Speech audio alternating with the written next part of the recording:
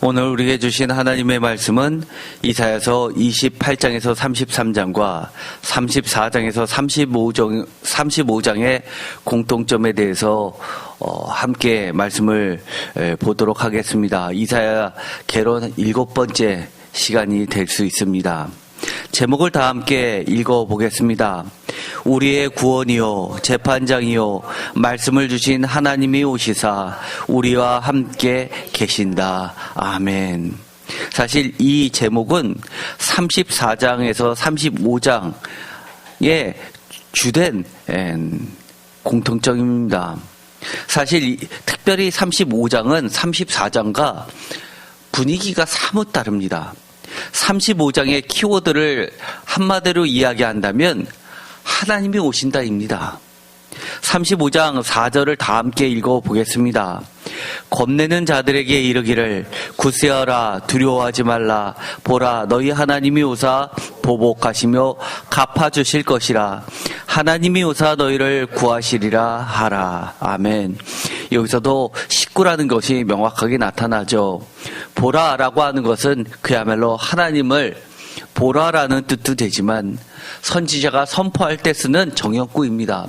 보라, 들으라 이런 것들은 그 다음에 중요한 선언이 나올 때 사용되는 선지자의 정형구입니다. 그런데 하나님이 오사라는 말이 2번이나 반복됩니다. 여기서도 A-B, A-B- 구조로서 하나님이 오시면 보복하시고 갚아주시고 구원해 주신다는 말씀을 하고 계십니다.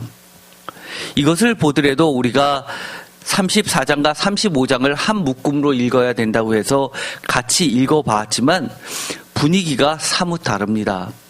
34장은 특별히 열방에 대한 심판의 이야기로 시작이 됩니다.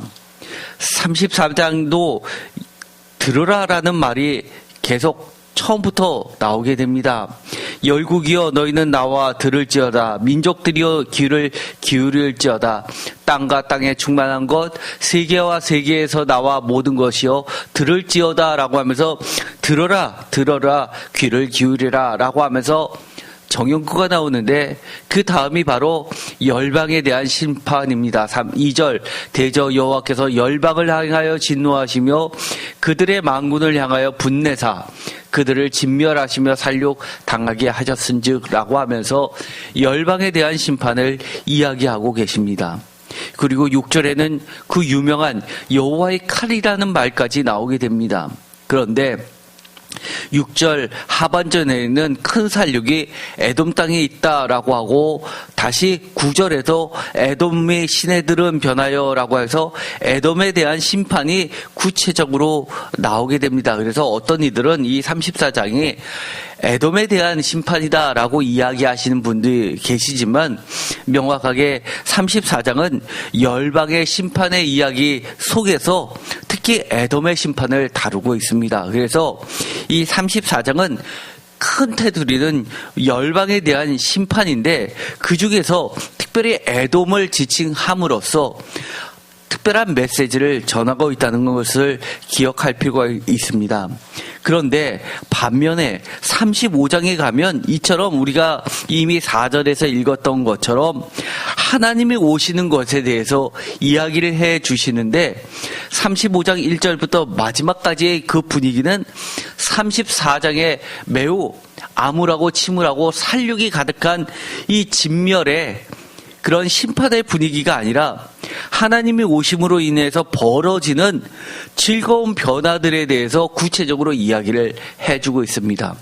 어느 정도로 기쁘고 즐거운가 하면 35장 시작부터가 광야와 메마른 땅이 기뻐하며 사막이 백합화같이 피어 즐거워하며 무성하게 피어 기쁜 노래로 즐거워하며 레바논의 영광과 갈멜과 샤론의 아름다움을 얻을 것이라 그것들이 여호와의 영광을 곧 우리 하나님의 아름다움을 보리로다 라고 하면서 기뻐하며 즐거워하며 기쁜 노래로 즐거워하며 영광과 아름다움을 이야기하면서 그 뒤에 영광과 아름다움이 다시 여호와 하나님의 영광과 아름다움으로 발전하고 있습니다. 이처럼 35장은 사실 처음부터 끝까지가 많은 기독교인들이 사랑하는 정말 복음의 내용이 해당하는 복음, 기쁜 소식과 같은 이야기들로 가득 차 있습니다. 하나씩 보도록 하겠습니다. 우리가 오늘은 이사야서 개론 7번째 시간으로 크게 보자면 이 28장에서부터 33장과 34장에서 35장은 공통점이 있다고 전에도 말씀을 드린 적이 있었습니다. 왜 이렇게 33장과 34장을 나눠서 이야기를 해야 되는지를 전에 말씀드렸는데 혹시 생각나십니까? 사실 너무나 그동안의 기독교 교회에서는 이사야서 하면 1장부터 39장까지 그리고 40장부터 66장까지 해서 성경의 66권하고 맞아떨어지는 것처럼 전통적으로 설명을 많이 하다 보니까 그렇게 39장까지 나눠지고 구약처럼 39권처럼 그리고 신약 27권처럼 40장부터 66장까지를 이야기했지만 사실 최근의 연구 결과는 그렇지 않다고 했습니다. 특별히 이 쿰란 공동체의 여러 가지 두루마리, 사회 두루마리가 발견되고 나서 이사야서에 놀라운 발견을 한 것이 바로 33장과 34장 사이에 6줄이란 아주 긴 공백이 남아 있었습니다. 그래서 이 이스라엘 사람들은 전통적으로 1장부터 33장까지를 한 통으로 읽었고 그리고 나서 34장부터 뒤에 66장까지를 한 통으로 읽었구나라는 사실을 알게 되었고 그것이 바로 사본의 힘이라고 말씀을 드렸죠. 그래서 그것을 근거로 해서 우리도 옛 이스라엘 백성들이 하나님의 말씀을 읽었던 방식처럼 읽어보자는 학계의 흐름 속에서 새로운 연구들이 많이 나왔습니다. 오늘 바로 그 대표적으로 이사야서 28장과 33장까지 그리고 33장과 35장까지만 보더라도 마치 짝을 이루듯이 이처럼 많은 부분이 반복되고 있었습니다. 예를 들어서 28장부터 33장까지 보면 다산과 풍요의 상징 레바논이 나오는데 예를 들어서 29장 17절, 33장 9절에 나오는 이야기가 34장부터 35장에도 반복이 됩니다. 35장 2절에 반복이 되고 소경이 보게 되는 주제도 29장 18절, 30장 20절, 32장 3절에 나오지만 34장에서 35장 사이는 35장 5절에도 나오게 되고 주님 안에서의 기쁨도 29장 19절, 30장 29절에 나오는데 이것이 35장 1, 2절과 10절에도 반복됩니다. 그리고 풍부한 물과 풍요의 이야기도 30장 23절, 25절에 나오고 32장 2절과 20절에 나오는데 이것이 35장 6, 7절에도 나오게 됩니다. 하나님이 오신다, 자신을 보이시는 이야기는 28장 21절, 30장 30절, 31장 6절, 33장 10절, 22절에 나오는데 이것이 35장 2절과 4절에도 반복이 되고 있습니다. 또한 하나님의 진노도 30장 27절에 나오는데 이것이 34장 2절에도 나옵니다. 재물처럼 되어버린 살육의 이야기가 29장 2절에 나오는데 이것이 또다시 34장 6, 7절에 반복이 됩니다. 측량질과 다립줄도 28장 17절에 나오는데 33장 11절에 나오게 됩니다. 큰 사륙이 있는 날도 30장 25절, 31장 8절, 34장 2절, 6절에도 나옵니다. 길에 여행자가 없다. 그만큼 무서워서 아무도 다니지 못하고 짐승들만 남아있는 그 상황을 33장 8절에 나오는데 34장 10절에도 나옵니다. 그리고 유황과 불의 이야기가 30장 33절에 나오는데 이것도 34장 9절에도 반복이 됩니다.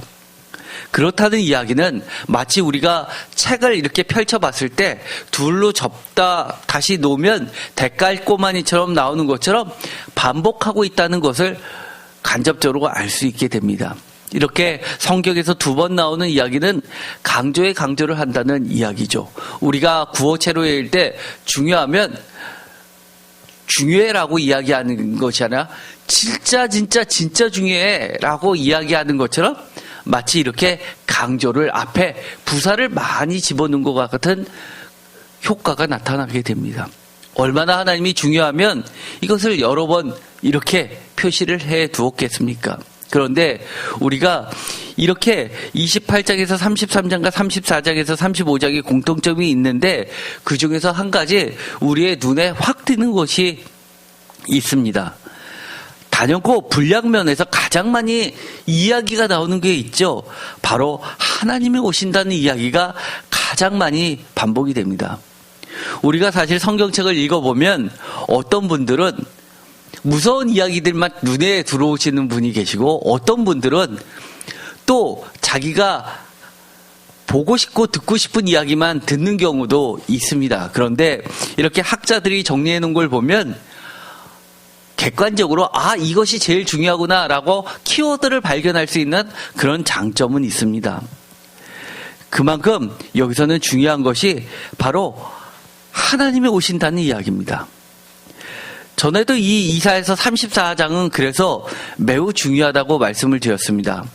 1장과 33장을 한 묶음으로 그리고 34장에서 66장을 한 묶음으로 읽을 때 첫 시작이 되고 있기 때문입니다. 그런데 구조적으로 보면은 우리가 이 이사야서 전체를 한 통으로 봤을 때 이것도 A, B, C, D, D, C, B, A의 역구조로 되어 있어서 맨 가운데 있는 이야기가 사실 이사야서 전체의 중요한 이야기가 되는데 바로 뒤에 해당하는 것이 8장에 나온 백성의 반역이 나오는 반면에 36장에는 백성의 순응에 대해서 나오게 돼서 사실 이사야서 전체의 이야기는 그 테두리는 6장 1절에서 11절과 40장에 있는 선지자의 소명인데 결국은 무엇입니까? 말 안 듣는 하나님의 자녀인 이스라엘 백성들에게 이것들이 잘못됐다라고 하면서 앞으로는 이렇게 해야지만 너희들이 살 수 있다. 이렇게 하나님의 말씀을 들어라라는 이야기가 아니겠습니까? 이것을 다른 말로 이야기하면 늘 제가 이야기했듯이 심판과 구원은 결국 같은 이야기입니다. 또 한 가지 우리가 기억해 둘 것이 있습니다. 이 전체적인 구조를 보았을 때 그러면 심판의 이야기에서 가장 중요한 이야기가 13장에 나오는 바벨론 심판이라고 말씀을 드렸습니다. 그런데 34장에 보면 에돔의 심판에 대해서 나오게 됩니다. 이것도 보면 사실 주제면에서 같은 이야기가 계속해서 마치 포맷처럼 반복돼서 나옵니다. 예를 들어서 13장에도 34장에도 전쟁 준비 이야기가 나옵니다. 13장 2, 4절과 34장 1절. 열방이 몰살된다는 이야기도 13장 5절에서 9절, 14절, 16절, 그리고 34장 2, 3절. 그리고 범우주적으로 전 세계적으로 동요가 일어나는 것도 13장 10절에서부터 13절, 34장 4, 5절. 그리고 도시가 정복되는 이야기 13장 17절에서 19절, 34장 5절에서 8절. 그리고 땅이 황무지가 되는 이야기도 13장 20절, 34장 9절, 10절. 그리고 들짐승이 그곳에 있는 이야기, 완전히 망하게 됐다는 이야기죠. 13장 21절에서 22절, 34장 11절에서 15절입니다. 사실 주제면은 같지만 대상이 하나는 바벨론이고 하나는 에돔입니다. 그러면 어떤 분들은 그럴 겁니다. 유익해서 하나만 이야기지 왜 자꾸 이렇게 여러 가지 이야기하냐고. 여러분들은 여러분의 자녀가 한 번 이야기한다고 듣습니까? 아니요. 우리 얘기만 해볼까요? 우리가 하나님께서 한 번 말씀하신다고 우리가 잘 듣습니까? 하고 또 하고.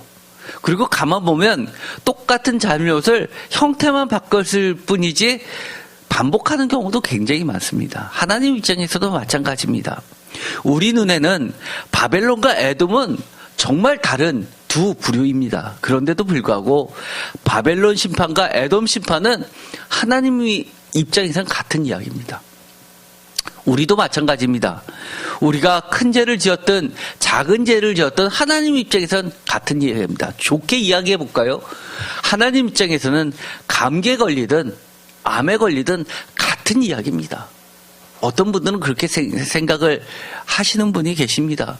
감기가 들린 거는 약국에서 해결하면 되고, 또 그보다 큰 병은 병원에서 해결하게 되고, 그보다 정말 생사를 가르는 병은 방법이 없는 것처럼 이야기합니다.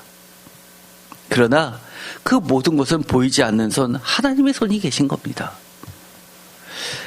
화자는 만군의 여호와죠. 청자는 이사야서 13장은 한마디로 얘기해서 가장 먼 이방 나라의 대표격, 만국을 점령하는 반하나님 나라의 우두머리 바벨론에 대해서 이야기하고 그것에 대한 심판을 이야기했다면, 이사야서 34장은 그야말로 가장 가까운 형제 나라입니다. 에돔이 누구입니까? 에서의 후예들 아닙니까? 가장 가까이에서 도와줘야 할 형제 나라인데도 불구하고 이 남유다가 멸망할 때 이 팔레스타인 지역을 가장 잘 알고 있는 이 에돔을 용병으로 써서 이스라엘과 남유다를 정말 전멸시키는데 썼습니다. 가장 가까운 형제 나라가 오히려 최대 뼈아픈 적이 되는 열국 심판 대상의 대표로서 에돔이 등장하는 겁니다. 우리가 세상을 살 때 적이 정말 나를 전혀 모르는, 정말 우리가 TV에서만 보는 그런 나쁜 놈, 악인, 악당 이런 사람들만 우리의 적일까요? 그렇지 않습니다. 가장 가까이에 있고 정말 나의 힘이 되어줘야 될 사람인데도 불구하고 어떨 때는 정말 TV에서 보는 그런 악당보다도 저에게는 더 뼈아픈 사람이 될 수 있는 겁니다. 이처럼 이 보이지 않게 하나님은 성경을 통해서 우리 삶에 관한 깊숙한 이야기까지 하고 계시는 겁니다. 제가 전에 2022년 11월 2일 수요 예배 때도 이 이사야서 13장과 34장에 대해서 말씀을 드리면서 그때는 하나님의 명칭인 만왕의 만주의 주, 온 세계를 다스리시는 체바오트 여호와 하나님에 대해서 설교를 한 적이 있었습니다.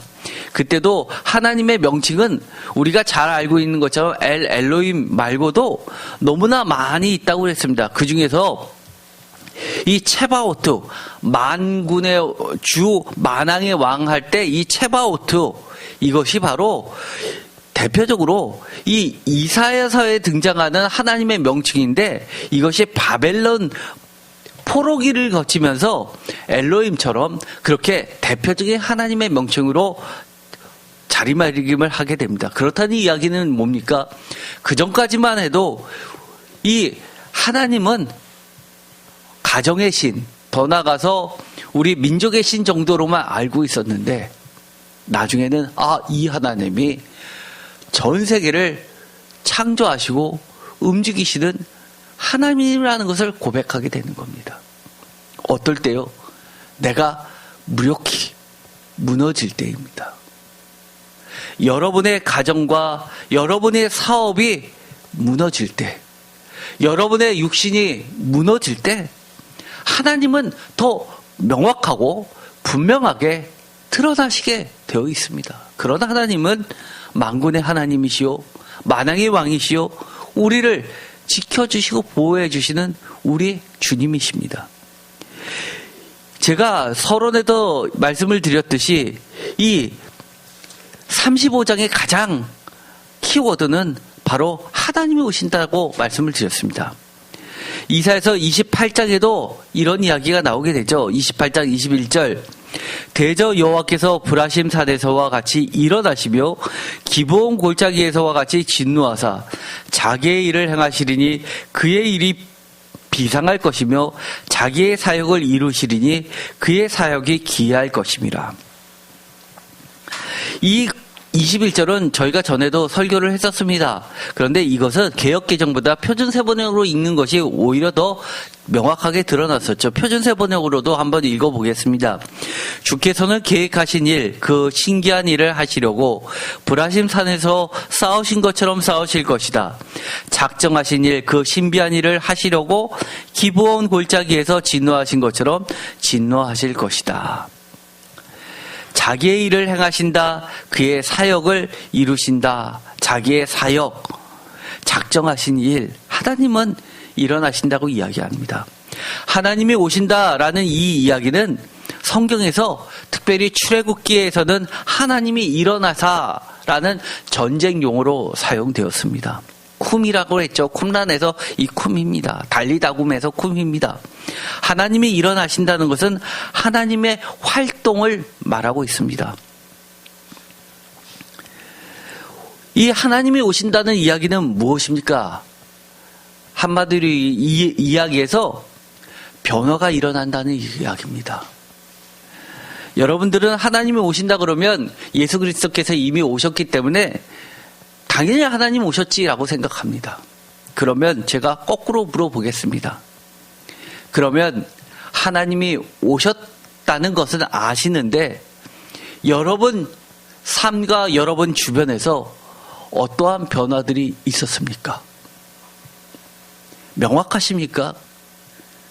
하나님이 오시기 전과 오신 후가 여러분의 삶에, 여러분의 인생에 얼마나 달라졌습니까? 이것이 바로 오늘 이사야서에서 강조하고 있는 겁니다. 우리가 매일 기도하는 건 어떨 때 기도합니까? 전혀 변화가 없는 것 같고 내가 기도해서 달라지는 것 같지 않고 이럴 때 더 열심히 기도하는 거 아닙니까? 그러나 우리가 하나님은 이미 일어나셔서 활동하고 계시다는 걸 믿고 기도를 해 보십시오. 우리 눈에 안 보인다고 하나님이 일하시지 않는 것 아니라는 사실을 기억하시고 보다 힘있게 하나님과 교제를 나눴으면 좋겠습니다. 오늘은 하나님이 오신다라는 이 키워드가 들어간 말씀들을 읽어보면서 하나님이 오시면 어떠한 변화들을 이 성경에선 이야기하고 있는지를 주의 깊게 읽으시면서 우리의 삶에 이러한 변화들이 분명히 일어날 것임을 믿고 계속해서 쉬지 않고 기도했으면 좋겠습니다. 하나님이 우리를 통해서 하나님의 일을 행하신다고 말씀하십니다. 그것은 남들이 보기에 비상하며 신비한 일이라고 이야기를 하십니다. 이사야서 30장 30절 여호와께서 그의 장엄한 목소리를 듣게 하시며 혁혁한 진노로 그의 팔에 치심을 보이시되 맹렬한 화염과 폭우와 폭풍과 우박으로 하시리라. 하나님의 목소리를 여러분 들으십시오. 그러나 그 장엄한 목소리는 듣지 못하는 이들도 있습니다. 예수님께서 십자가에 달려 돌아가실 때 하늘이 찢어지고 하늘에서 소리가 들릴 때 어떤 사람들은 천둥이 쳤다라고만 이야기합니다. 예수님께서 세례를 받으실 때 하늘이 열리고 비둘기가 내려오고 하나님의 음성이 들릴 때 그 주변에 있는 사람들은 내 사랑하는 아들이라는 음성을 듣지 못하는 이들도 있었습니다. 그러나 우리의 길을 열어주시는 하나님의 은혜를 강구하는 자들은 하나님의 그 장엄한 목소리를 듣게 하십니다. 지금도 이 성경책을 읽어보면 하나님의 장엄한 목소리가 수두룩하게 외쳐지고 있습니다. 이사야서 33장 10절 여호와께서 이르시되 내가 이제 일어나며 내가 이제 나를 높이며 내가 이제 지극히 높아지리라. 오늘 대표기도 하실 때도 이 말씀이 들어갔죠. 너무 멋있는 말씀입니다.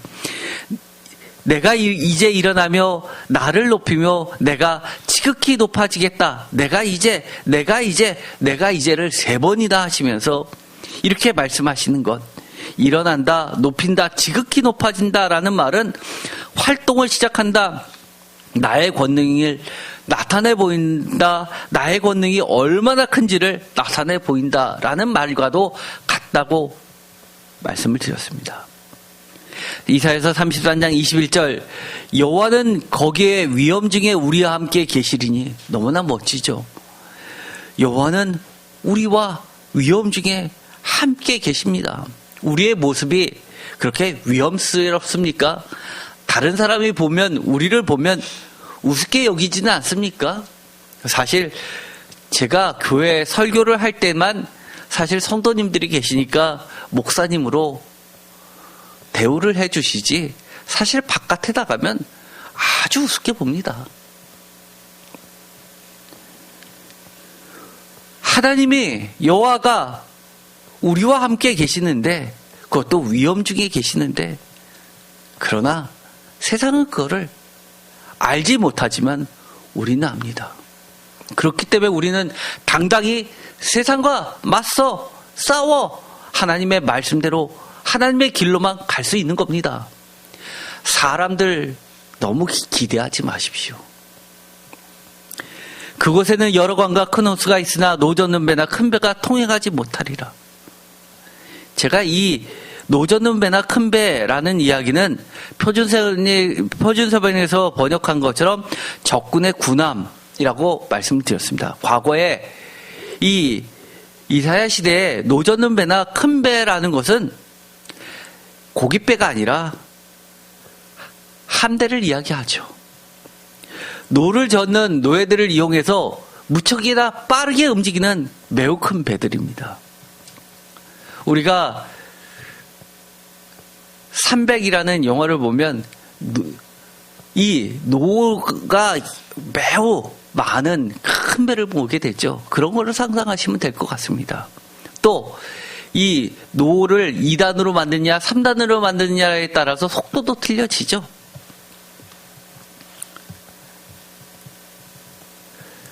이사야서 35장 2절 무성하게 피어 기쁜 노래로 즐거워하며 레바논의 영광과 갈멜의 샤론의 아름다움을 얻을 것이라. 그것들이 여호와의 영광 곧 우리 하나님의 아름다움을 보리라. 우리 하나님의 아름다움을 본다라는 이야기는 뭡니까? 하나님이 오셨다는 얘기입니다. 오셔야지 우리가 볼 수 있는 것이죠. 그런데 이 하나님의 아름다움은 하나님의 영광 그 자체입니다. 그러면서 3절에 이렇게 우리에게 이야기해 주십니다. 너희는 약한 손을 강하게 하며 떨리는 무릎을 굳게 하며 겁내는 자들에게 이르기를 굳세어라 두려워하지 말라. 보라 너희 하나님이 오사 보복하시며 갚아주실 것이라. 하나님이 오사 너희를 구하시리라 하라. 이 이야기들을 듣는 사람들은 누굽니까? 한마디로 약한 사람들입니다. 무릎이 떨리는 사람들입니다. 겁내는 자들입니다. 그동안 많은 학대와 착취를 그리고 놀림을 받아왔던 자들입니다. 하나님이 보복하사 갚아주신다고 이야기합니다. 쉽게 말해요. 이 자들은 그야말로 많은 힘을 써서 강탈하던 자들이었습니다. 그러나 이제는 그럴 필요가 없습니다. 우리 주변에도 얼마나 그런 사람들이 많이 있습니까? 우리가 기대하는 건 뭡니까? 하나님이 오시면 달라지는 우리의 삶이 뭡니까? 바로 이사야서 33장 22절에 보면 구체적으로 이렇게 이야기하십니다. 대저 여호와는 우리의 재판장이시고 여호와는 우리에게 율법을 세우시니요 여호와는 우리의 왕이시니 그가 우리를 구원하실 것이다. 저는 이 구절을 너무너무 사랑하고 좋아합니다. 우리의 재판장이시랍니다. 사람들은 아무리 나쁜 짓을 해도 자기가 옳다라고 합니다. 죄송합니다. 그런 사람 별로 없습니다. 스스로 모두가 재판장이 돼서 자기 눈에 좋을 대로 자기 귀에 좋을 대로 자기의 이익을 극대화하기에 바쁩니다. 그러나 대저 여호와는 재판장이라고 말씀하십니다. 그리고 우리에게 율법을 세우셨다고 합니다. 말씀이 곧 율법입니다. 말씀을 주셨습니다. 우리가 말씀대로 살면 그 말씀대로 하나님은 재판해 주십니다. 우리의 왕이시고 우리를 구원해 주십니다. 이게 어떤 분들은 이런 이야기를 하면 교회에서 맨날 이런 이야기니까 다 그 소리가 그 소리처럼 들으시는 분들도 계십니다. 그러나 이거를 구체적으로 우리 삶에 적용하면 이런 일들이 너무 많이 있습니다. 어제도 어떤 분이 저에게 너무너무 억울하다고 찾아오셨습니다. 나이가 보통 많이 드시면 은퇴하시고 주로 하시는 일이 뭡니까? 경비나 이런 일을 하시죠. 그런데 24시간 교대 근무를 하시는 분입니다. 나이가 아주 많으시죠. 그런데 소장이 부당한 지시를 했다고 합니다. 그래서 이렇게 하면 어떡합니까? 투명하게 하셔야죠라고 했지만 사표 쓰라고 난리다를 쳐가지고 결국 사표 쓰고 오늘부터 출근을 못한다고, 너무너무 억울하다고 찾아오셨습니다. 세상에는요, 크고 작은 이런 일들이 너무너무 많이 있습니다. 우리가 오늘 읽었었던 35장에 보면 제가 또 너무 사랑하는 말씀이 있습니다. 이것은 너무 중요해서 사실 제가 별도로 설교를 하려고 하는 말씀 중에 하나입니다. 35장입니다. 35장 8절에 이렇게 되어 있습니다. 한번 다 같이 읽어볼까요? 거기에 대로가 있고 그 길을 거룩한 길이라 일컫는 바 되리니 깨끗하지 못한 자는 지나가지 못하겠고 오직 구속함을 입은 자들을 위하여 있게 될 것이라. 우매한 행위는 그 길로 다니지 못할 것이며 거기에는 사자가 없고 사나운 짐승이 그리로 올라가지 아니하므로 그것을 만나지 못하겠고 오직 구속함을 받은 자만 그리로 행할 것이며 여호와의 속량함을 받은 자들이 돌아오되 노래하며 시온에 이르러 그들의 머리 위에 영영한 희락을 띠고 기쁨과 즐거움을 얻으리니 슬픔과 탄식이 사라지리로다. 아멘. 대로가 있는데 거기는 거룩한 길입니다. 깨끗하지 못한 자는 지나가지 못합니다. 길이 뭡니까? 우리의 인생 아닙니까? 하나님의 말씀을 벗어난 것은, 하나님이 하지 말라는 것은 더러운 길입니다.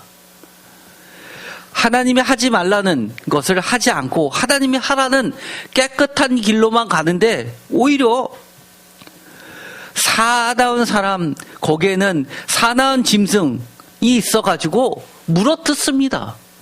그 거룩한 길을 못 가게 합니다. 그런데 하나님이 오시사 여호와의 속량함을 받은 자만이 그 길로, 그 인생길을 걸어가게 하시면서 영영한 희락과 기쁨과 즐거움을 얻게 된다고 약속해 주십니다. 그래서 제가 어제 밤에 저를 찾아오신 분에게 조금만 더 버티시고 사표 쓰지 마시지 그러셨어요. 그랬더니 너무너무 괴롭혀가지고 어쩔 수가 없었다고, 정말 꼴도 보기 싫었다고 그렇게 이야기하십니다. 그래서 제가 조금만 더 참고 기다리십시오. 좋은 일이 있을 겁니다라고 위로는 해드렸습니다. 우리 인생에서 이런 일이 똑같은 형태는 하지만 다양하게 있을 수 있습니다. 하나님이 오시면 분명하게 우리의 삶에 변화들이 일어나는데 구체적으로 정말 먼 이야기가 아니라 구체적인 이야기들이 실행됩니다. 하나님이 오사 보복하시며 갚아주실 것이다. 우리를 구원해 주실 거라. 그것도 보라고 하십니다. 우리가 볼 수 있게 해 주신다는 것 아닙니까?